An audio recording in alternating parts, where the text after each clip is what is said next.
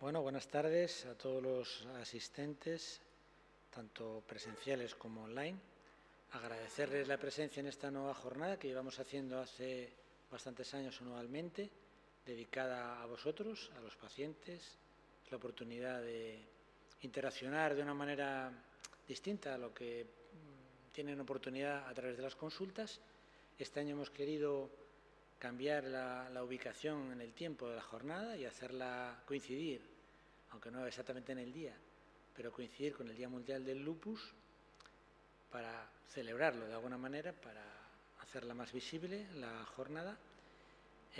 Bueno, ya sabéis, como otros años, siempre hacemos primero una introducción a cargo de nuestras enfermeras expertas, que este año pues estrena Sonia Fuentes, que es un poquito pues la más joven, ¿no? La que lleva menos años con nosotros, pero ya pues tienes formación suficiente como para asumir esta tarea, sustituir a Amparo, que era la más habitual aquí, y ella nos va pues a hablar un poco de lo que debería de conocer un paciente, de lo que es la enfermedad. Cuanto más conocimiento tengáis de la enfermedad, pues más facilidades, mejor podrá ir, ¿no? En general se considera que el conocimiento de la enfermedad es un factor que influye positivamente en los resultados de salud y en el control de enfermedad.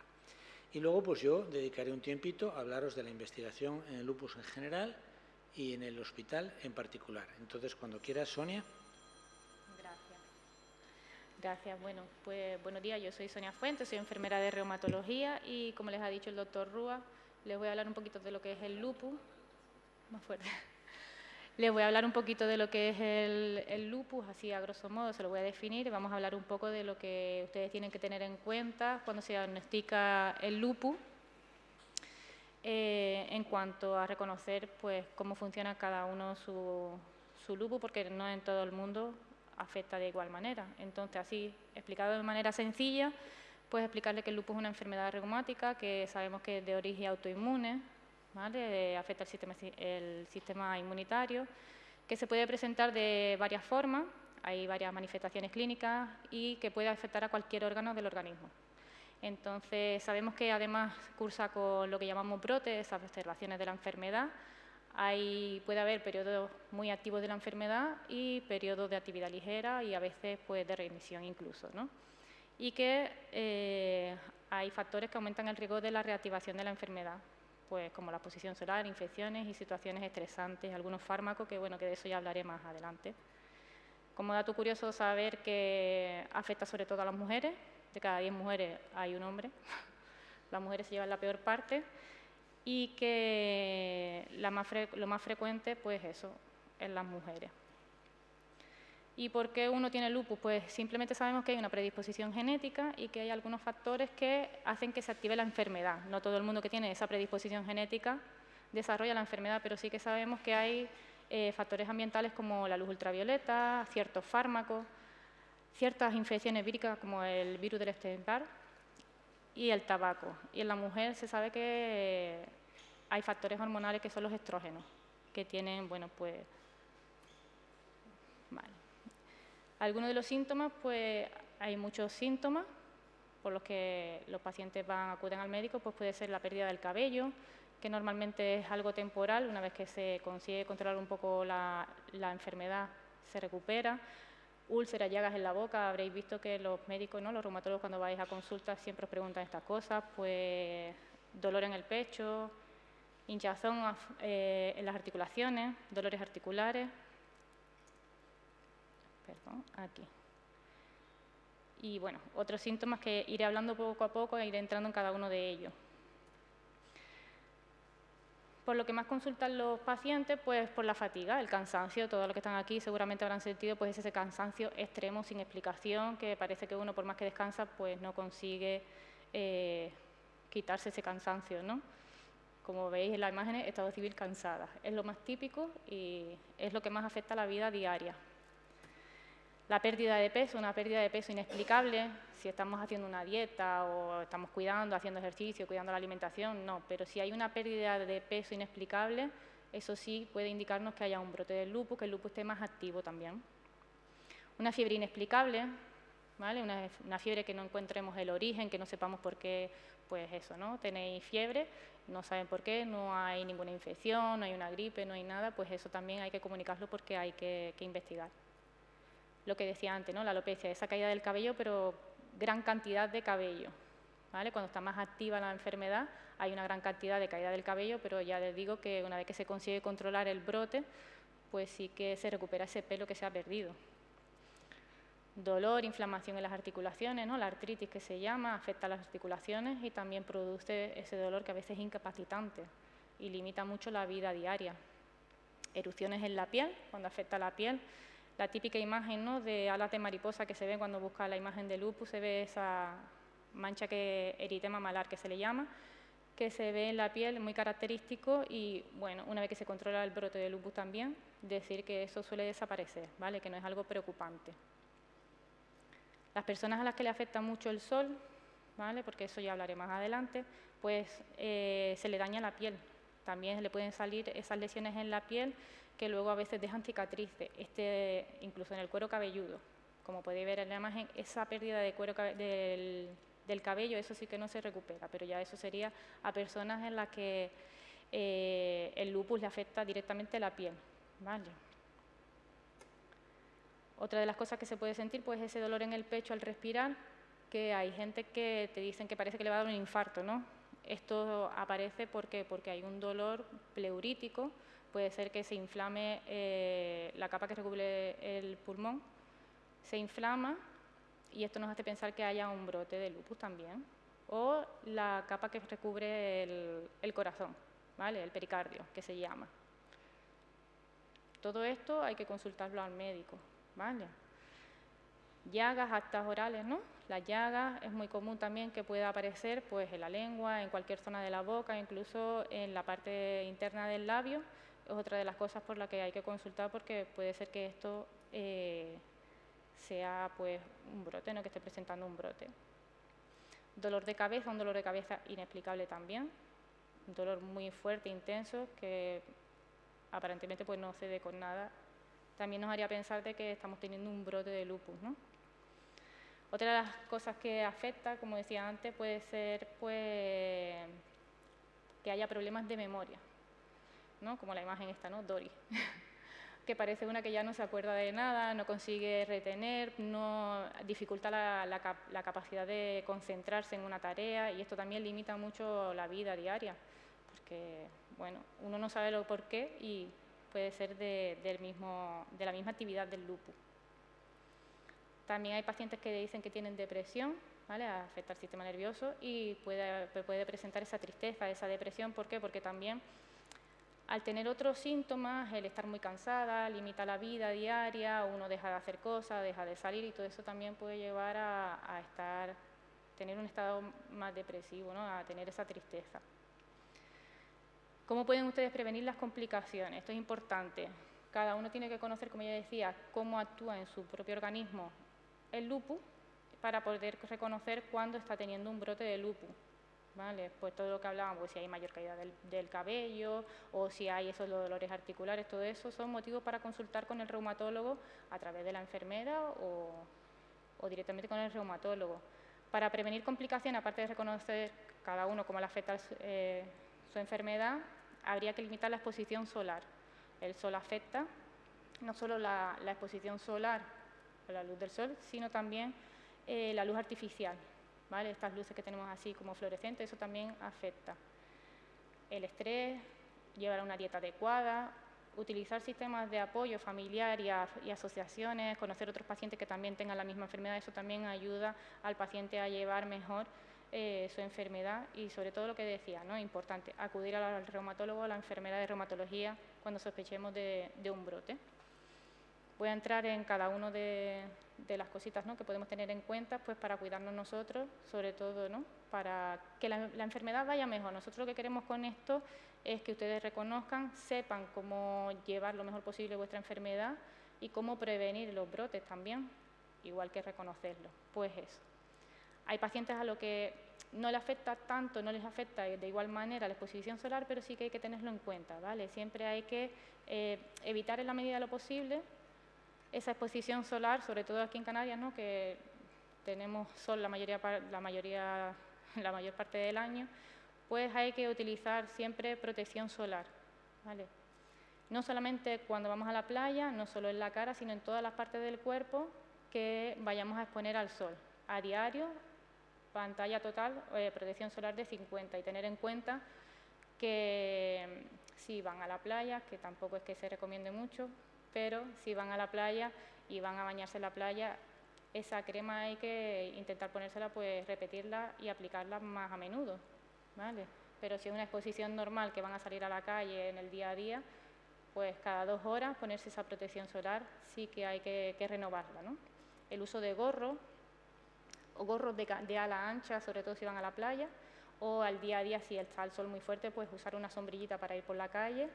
En la playa usar una buena sombrilla. Hoy en día tenemos, aparte de ropa para protección solar, que se ven a los niños que se les ponen, ¿no? Esas camisetitas y esa ropita de protección solar.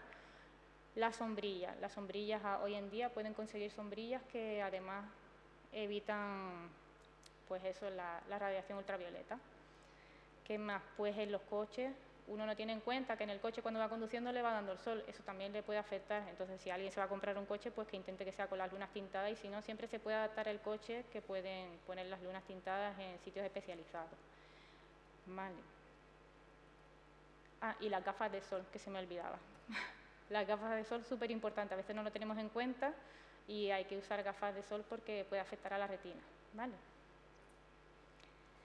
El fenómeno de Raynaud no le pasa a todos los pacientes. Esto es digamos que hay una vasoconstricción de los vasos sanguíneos, se vasoconstriñe, y es muy típico esta imagen, como que los deditos se ponen blancos, así azulados, y eso es que no llega bien el riego sanguíneo. Entonces, hay que intentar evitar la exposición al frío, los cambios bruscos de temperatura, ¿vale? Los pacientes que tienen este fenómeno tienen que tener mucho cuidado, porque no solamente en las manos, sino también les puede pasar en los pies, en las orejas, ¿vale? Entonces, pues en casa siempre el agua tibia, agua caliente para ducharse, para fregar, ¿no? Que normalmente se friega con agua fría, pues intentar que sea agua tibia. Si van a ir a sitios donde haga frío, pues siempre tener en cuenta que hay que llevar ropa de abrigo. Por ejemplo, aquí que van a subir a la cumbre, que cambia el tiempo, pues en el bolso siempre llevar ropa de abrigo, pues unos guantes, unos calcetines, zapatos abrigaditos, ¿vale? Siempre tener en cuenta eso, evitar las zonas donde haya aire acondicionado fuerte, esos cambios de temperatura bruscos, y sobre todo también el estrés emocional afecta, ¿vale? Que lo tengan en cuenta porque también afecta el estrés. El tema de la alimentación, pues nosotros lo que recomendamos siempre es una dieta baja en grasa, baja en sal y azúcares refinados, nada de comidas procesadas. Intentar pues llevar una dieta lo más natural posible, una dieta mediterránea, pues fruta, verdura, pues eso, ¿no? Carne, pescado, huevo, y sobre todo una dieta rica en lácteos y vitamina D. Porque por todo esto que estábamos hablando de la protección al sol, ¿no? de estar siempre evitando exponerse al sol para evitar que la enfermedad que tenga brote, la mayoría de los pacientes nuestros es verdad que llevan ese suplemento de calcio y vitamina D, pero siempre también recomendamos que sea con la alimentación, preferimos que sea con la alimentación ese aporte de calcio y vitamina D. La vitamina D, pues la alimentación en los pescados azules, y el calcio, lo que sabemos, pues en los lácteos, ¿no? Que es donde mayor cantidad de calcio hay, mejor se absorbe, en los lácteos, perdón. Pero bueno, que hay montones de alimentos que también tienen calcio, ¿vale? Evitar el consumo de brote de alfalfa. Mira, esto lo pongo porque hay pacientes que nos dicen qué tipo de suplemento, ¿no? A la gente le gusta mucho pues tomar suplementos, qué suplementos le pueden ayudar. Lo único que realmente está demostrado científicamente que puede ayudar para esa inflamación, ¿no? Son los suplementos de omega, ¿vale? De resto no hay nada demostrado científicamente, ¿vale? Pero sí que sabemos que hay alimentos que son proinflamatorios, ¿vale? Que son proinflamatorios como los brotes de alfalfa. Entonces, siempre que vayan a tomar algún suplemento, aunque ustedes crean que es algo natural y demás, siempre hay que hablarlo con el reumatólogo, porque a lo mejor lo que ustedes creen que es beneficioso no lo está haciendo, ¿vale? Como lo que decía, como el tema del brote de alfalfa. Siempre que vayan a tomar algún suplemento, comentarlo con su reumatólogo, es importante. El tabaco. El tabaco es uno de los factores que puede puede hacer que, ¿no?, lo que hablaba al principio, uno tiene la predisposición genética a tener el lupus, y el tabaco es uno de los factores ambientales que, digamos, que activa la enfermedad. Entonces, sabemos que los pacientes de lupus que fuman, la enfermedad va peor, los tratamientos van peor, porque el tabaco además es proinflamatorio, ¿vale? Proinflamatorio. Entonces, aparte de eso, también tienen mayor riesgo de daño en la piel. Los pacientes de lupus que son fumadores tienen mayor riesgo de daño en la piel y lesiones cutáneas. Como decía, hay medicación que puede ir peor, que tiene menos efecto, entonces el lupus va peor.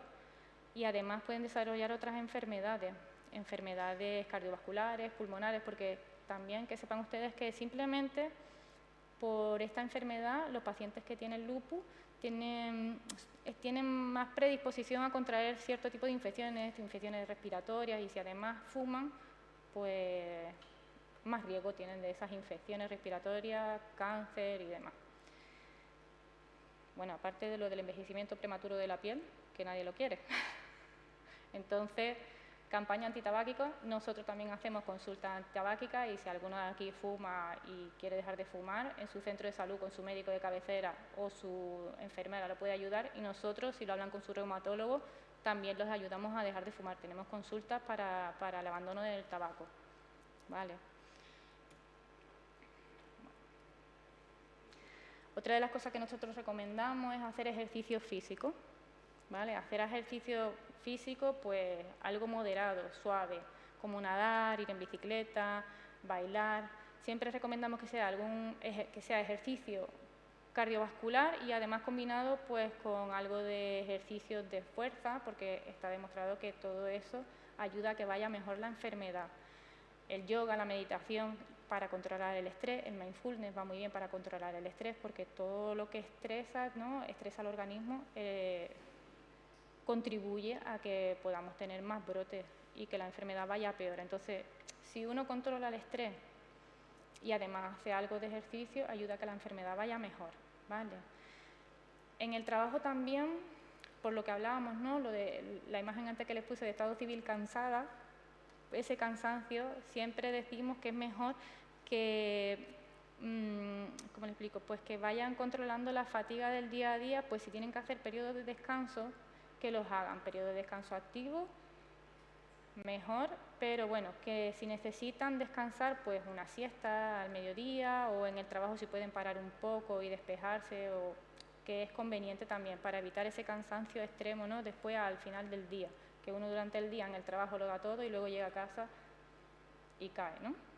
Entonces, eso también limita mucho la vida, porque después no sigue uno con su vida normal, no, es una rueda. Estoy cansada, bueno, voy a trabajar porque tengo que ir a trabajar, no lo cuento en el trabajo porque no quiero que lo sepa nadie, voy a trabajar y lo doy todo, y cuando llego a casa estoy cansada, ya con la familia no estoy bien, o dejo de salir, ya dejo de hacer deporte porque necesito descansar. Entonces, recomendamos que para controlar esa fatiga, gestionar pues la energía, ¿no?, a lo largo del día, y si necesitan descanso, hacer pausa. Lo que viene también muy bien a los pacientes son los grupos de apoyo, ¿vale? Los grupos de apoyo pues puede ser la misma familia, que la familia conozca la enfermedad, porque como es una enfermedad que aparentemente ves a la persona y la ves que está bien, pues no todo el mundo es consciente de que la persona tiene lupus. Entonces, pues que la familia también conozca la enfermedad y que el entorno lo conozca, o se pueden también ir a la asociación de pacientes y así conocen otros pacientes, y eso ya crea una red de apoyo, ¿no? Uno lleva mejor, está demostrado que cuando hay una red de apoyo la enfermedad se lleva mejor, ¿vale? Y sobre todo, aparte del deporte y lo que estábamos hablando, tener actividades de ocio. Es muy importante pues eso, despejarse, no estar siempre hipervigilante, vigilando pues si tengo un brote, si ahora tengo este síntoma o tengo aquel, simplemente pues eso es lo que hemos hablado. Lo que podemos hacer es esto, hasta aquí llego, pero también necesito actividades de ocio, pues salir al cine y estar con otras personas, ¿no?, hacer otras actividades. Hay muchas personas que, claro, como esta enfermedad normalmente aparece entre los 14 hasta los 45 años, lo que es en la edad fértil de la mujer, muchas pacientes nos preguntan si pueden quedarse embarazadas. Sí es posible quedarse embarazada, pero siempre tiene que ser un embarazo planificado, ¿vale? Planificado con el reumatólogo, porque hay tratamientos que no se pueden tomar, hay que abandonar ciertos tratamientos, pero claro, si tengo el lupus activo, yo no puedo dejar un tratamiento, el reumatólogo no me va a no, ¿sabes? No le va a quitar el tratamiento para que se quede embarazada. Entonces, para poderse quedar embarazada, siempre planificarlo, y la enfermedad tiene que estar pues en una actividad baja, ¿vale? Tiene que estar en la mínima actividad posible para que el embarazo sea posible. Entonces, mientras que haya actividad de la enfermedad, no se recomienda quedarse embarazada, y hay que usar anticonceptivos, por lo que decía, ¿no? Por ciertos tratamientos, un embarazo de mucho riesgo, hay ciertos tratamientos que durante el embarazo tampoco se puede usar, ¿vale? Pero decirles que tenemos pacientes que sí, que han tenido a sus hijos, que han conseguido su embarazo y que han tenido hijos sanos, por supuesto. Para planificar el embarazo, bueno, nosotros lo que les decía antes, pues eso, que haya una inactividad, una baja actividad, al menos de 6 meses, y otras indicaciones que les puede decir mejor el reumatólogo. ¿Cuándo está contraindicado el embarazo? Pues cuando hay una nefritis lúpica, que es que afecta al riñón, ¿vale? El lupus afecta al riñón, cuando el paciente está en diálisis, cuando hay determinados tratamientos, como les decía, si hay trombosis, si hay ictus y hay otras complicaciones cardíacas o pulmonares. Nosotros también recomendamos siempre que los pacientes que tienen estas enfermedades autoinmunes estén bien vacunados, ¿vale? Siempre preferimos que tengan el calendario, lo indicado es que tengan el calendario de vacunaciones completo, y siempre, pues eso, pues todos los años vacunarse de la gripe, por lo que les decía, porque hay mayor predisposición a contraer infecciones, ¿no? Por esto de que el organismo, lo que es el sistema inmunitario, pues está alterado.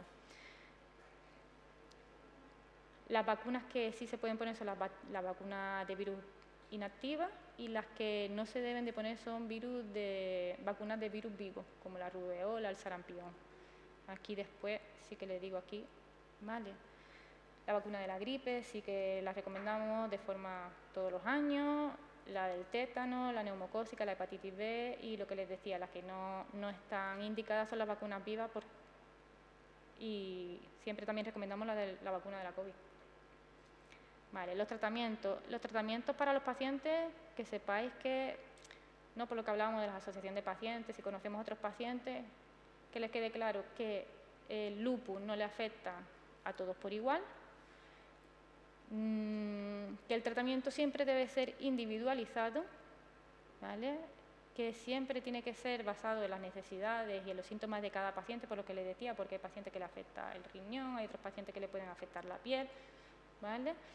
Y lo más importante, acudir siempre a los controles con el médico, es la única forma de asegurarnos de que la enfermedad está bien controlada y que el tratamiento es el adecuado, y sobre todo consultar los efectos secundarios y los controles analíticos, ¿vale? Los controles analíticos son súper importantes. Bueno, y como conclusión, pues un poquito esto, ¿no?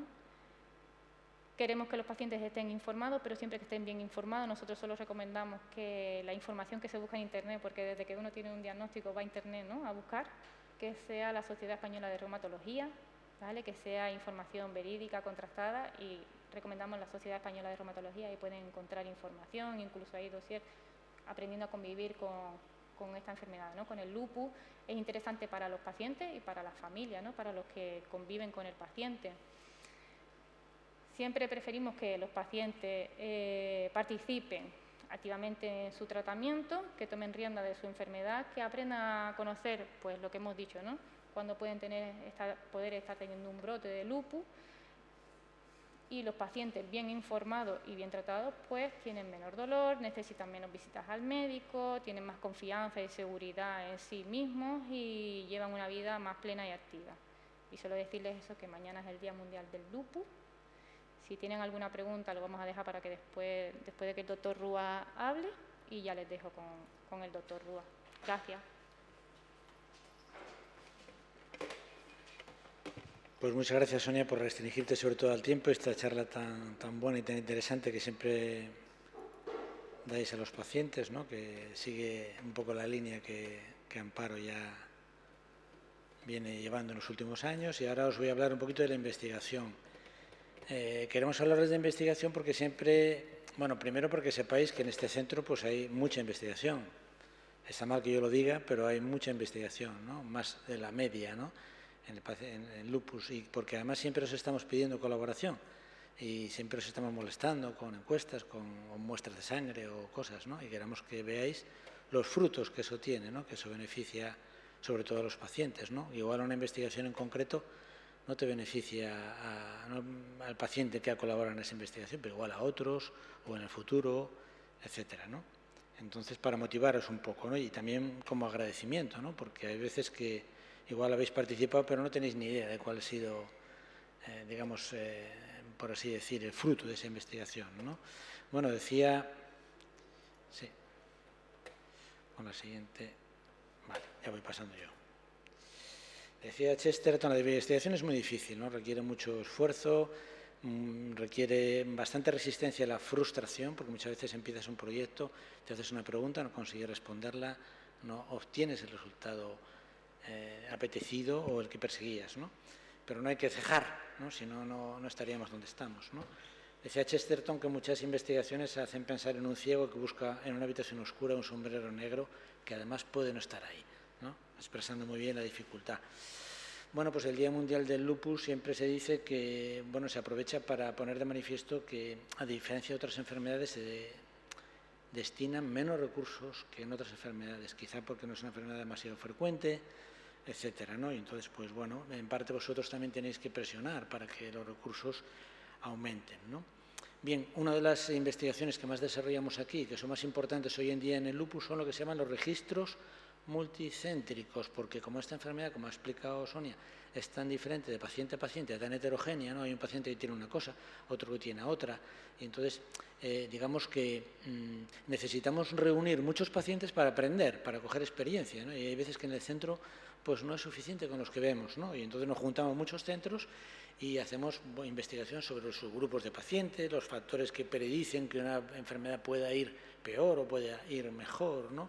O predicen la respuesta a un tratamiento o otro, ver si hay diferencias entre las diferentes etnias, cada vez hay más mezcla en la sociedad, aquí cada vez tenemos más pacientes que no son españoles, ¿no? Que son inmigrantes, ¿no? Inmigrantes, ¿no? Que han venido y que son, pues, yo qué sé, pues, subsaharianos o que son pues de Latinoamérica y que el lupus no es igual de grave, ¿no? En unos que en otros, ¿no?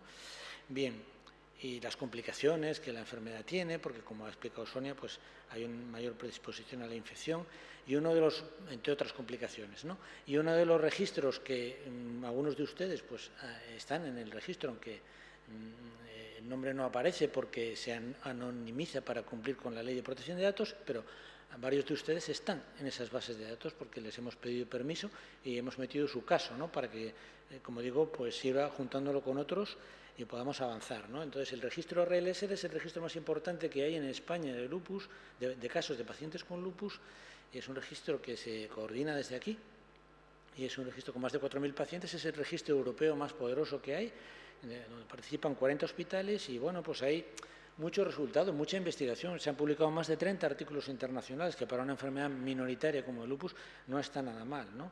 Y bueno, pues una de las primeras sorpresas que nos llevamos es esa, que afortunadamente, a pesar de que vosotros, pues muchos de vosotros podéis tener manifestaciones graves, afortunadamente, comparando con lo que pasa, por ejemplo, con afroamericanos en Estados Unidos, afortunadamente aquí el lupus es menos grave. Y muchos pacientes nos encontramos que, aunque tenían síntomas, etcétera, se puede decir que muchos estaban relativamente bien controlados, ¿no? Y que el pronóstico aquí en España y en Europa, sobre todo en el sur de Europa, no es tan negativo como puede ser. Por eso, subrayar lo que decía Sonia, de que cuidado con las fuentes de información, porque hay veces que te hablan de lupus, lo ha hecho alguien que, bueno, pues que, por ejemplo, se ha hecho en América, y en América los lupus pues no son tan graves, y entonces ir a esas webs pues a veces te produce inquietud, porque en fin, te dan unas cifras o unos resultados de la enfermedad que no son los que tenemos aquí.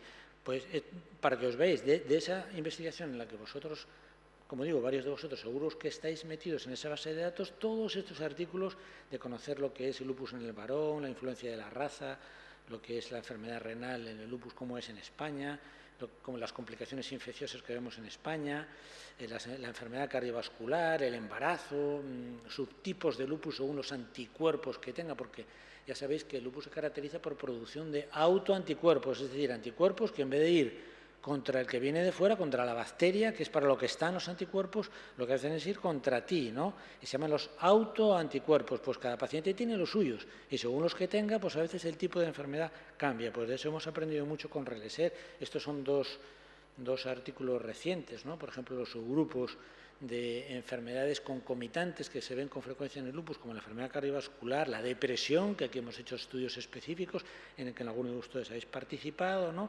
Cómo es en el lupus. Bueno, también se investiga pues, con grandes adelantos en cuáles son las alteraciones que conducen, por qué se produce el lupus, ¿no?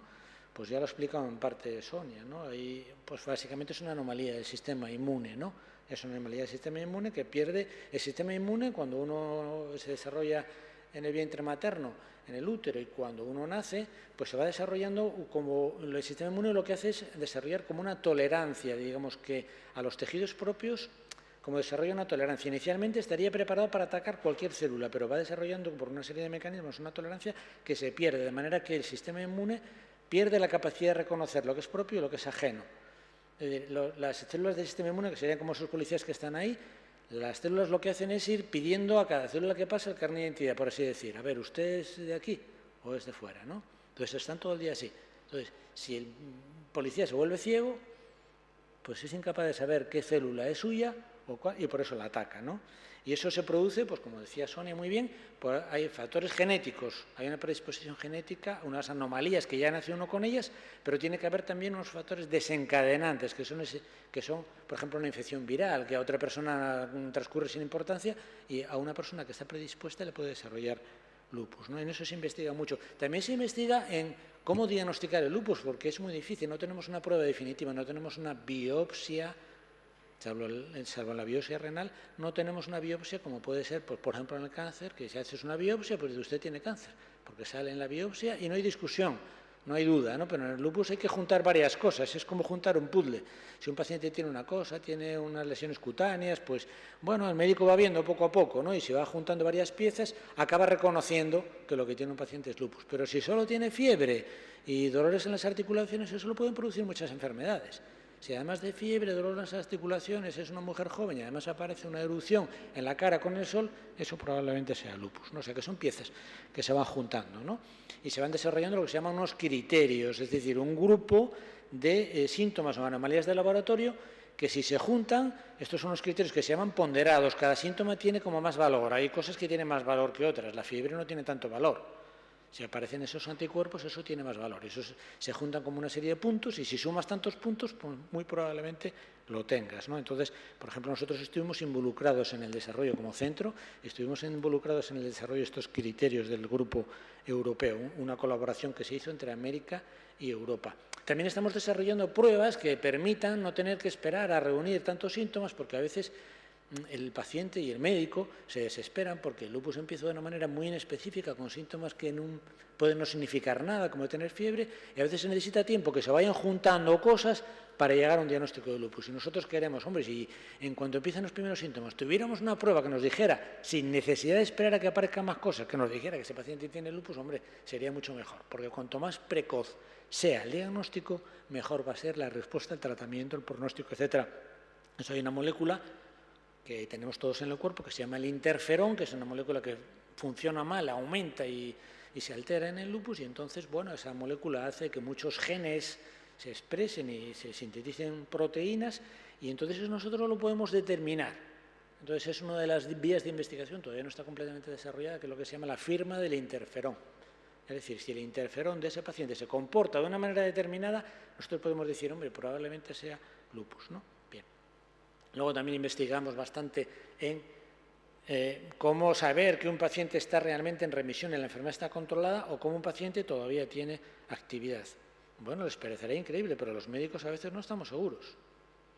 No me gusta decir esto, pero es la realidad, porque es los conocimientos científicos que tenemos y hay veces que nos enfrentamos a un paciente y no estamos completamente seguros si ese paciente está activo y controlado o está controlado y el lupus está dormido. Y entonces estamos investigando en marcadores, análisis de sangre, análisis genéticos, etcétera, que nos digan si realmente podemos estar seguros de que ese paciente está controlado o no, porque si no estamos seguros, pues le podemos poner más tratamiento de la cuenta y los tratamientos son fuertes, o lo podemos poner menos, ¿no? Entonces, aquí también les hemos pedido colaboración. Nosotros hemos publicado cosas con respecto a definir mejor cuando un paciente está activo o no. Y luego están los ensayos clínicos. Sin ensayos clínicos no podemos desarrollar nuevos fármacos que hacen falta en esta enfermedad, porque no tenemos todos los fármacos necesarios, no tenemos herramientas perfectas que curen a todos los pacientes sin efectos secundarios. Todas las herramientas pues todos los fármacos tienen efectos secundarios, funcionan en un paciente y en otro no, funcionan pero no funcionan suficiente. Entonces siempre estamos desarrollando nuevos fármacos y necesitamos la colaboración de los pacientes.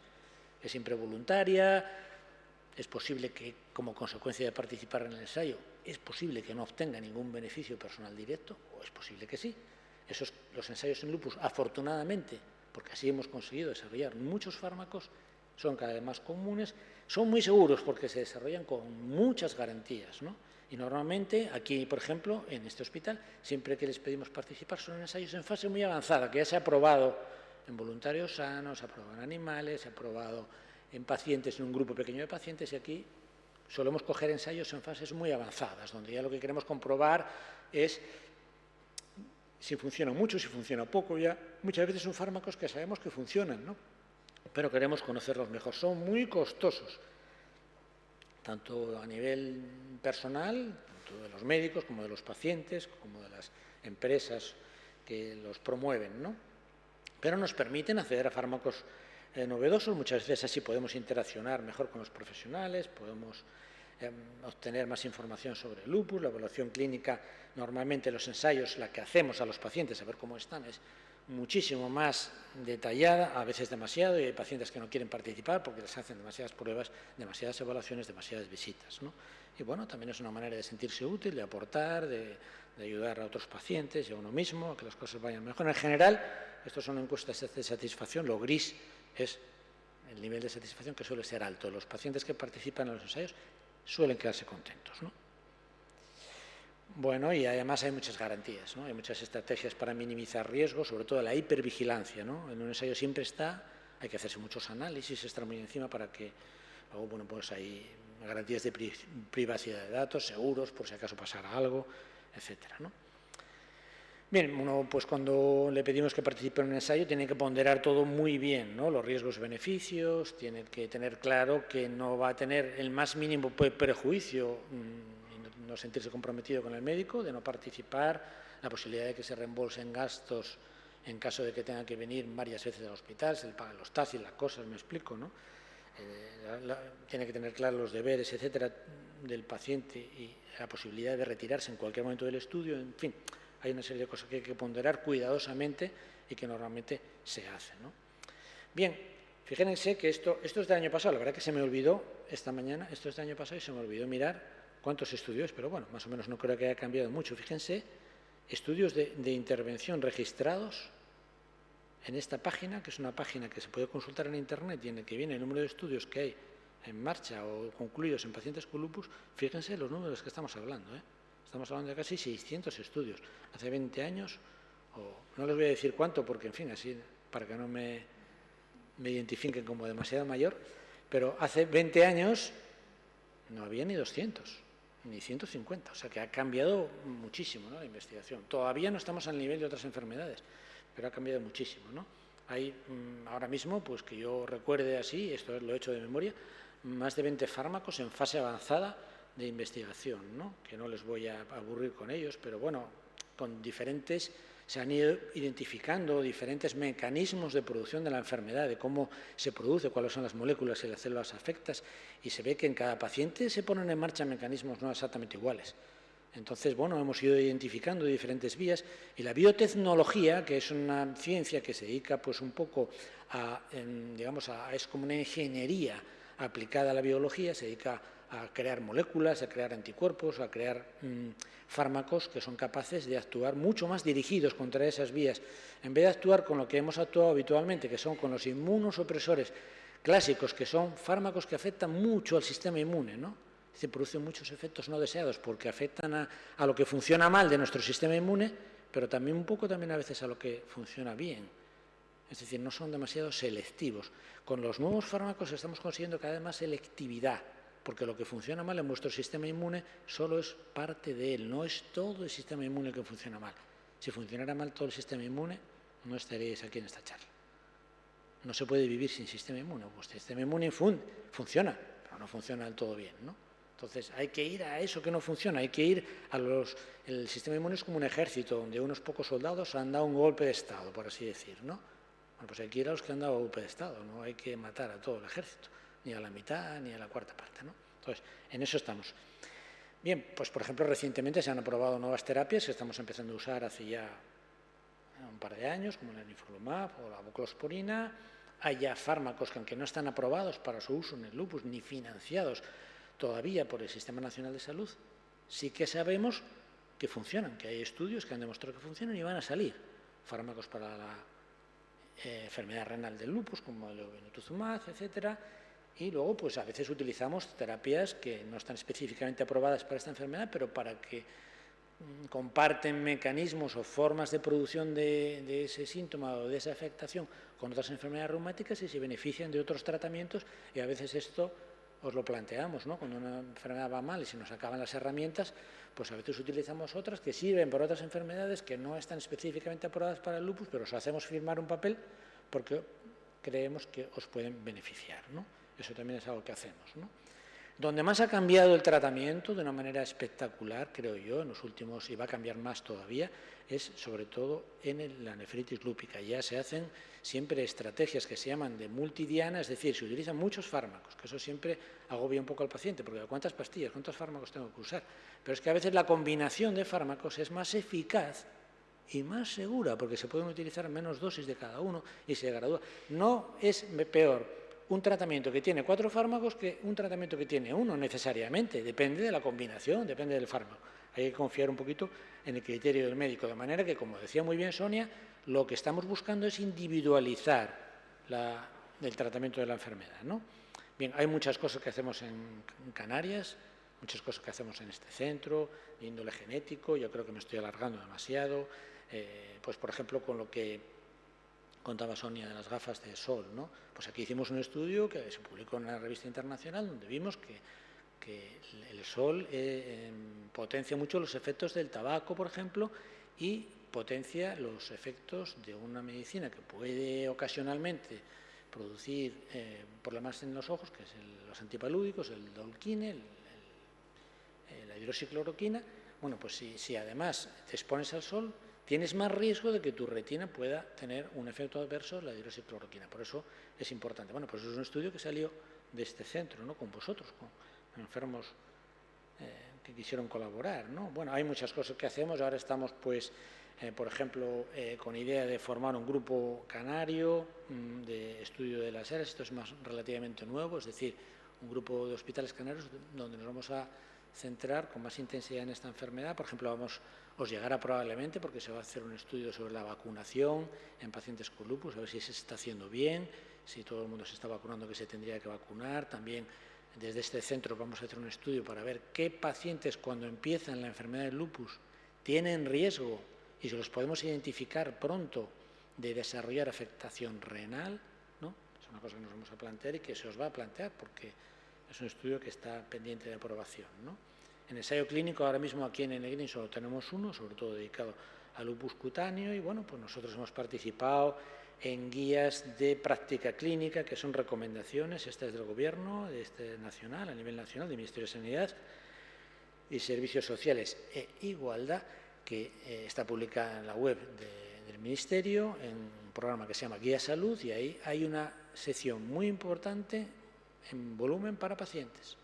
O sea que tú puedes ahí entrar, consultar y ahí hay un montón de información interesante para pacientes, ¿no? También, pues, por ejemplo, hay unas recomendaciones bastante interesantes de lo que son las vacunaciones en pacientes con estas enfermedades. Nosotros siempre insistimos mucho en la vacunación, ya que hemos dicho varias veces a lo largo de esta jornada que la vacunación, pues, es importante para evitar que la propia enfermedad o los tratamientos que usamos os pongan en riesgo de enfermedades graves. Y cada vez tenemos más y mejores vacunas. Y aunque os aburrimos, porque ahora otra vacunación, doctor, bueno, pues, ¿por qué no? Si es segura y así nos evita riesgos, ¿verdad? Pues cuanto más, siempre se habla de prevenir, ¿verdad? Pues bueno, pues ¿por qué no hacerlo, no? Y ya está. Yo por mí he acabado, ahora os toca a vosotros. Muchas gracias.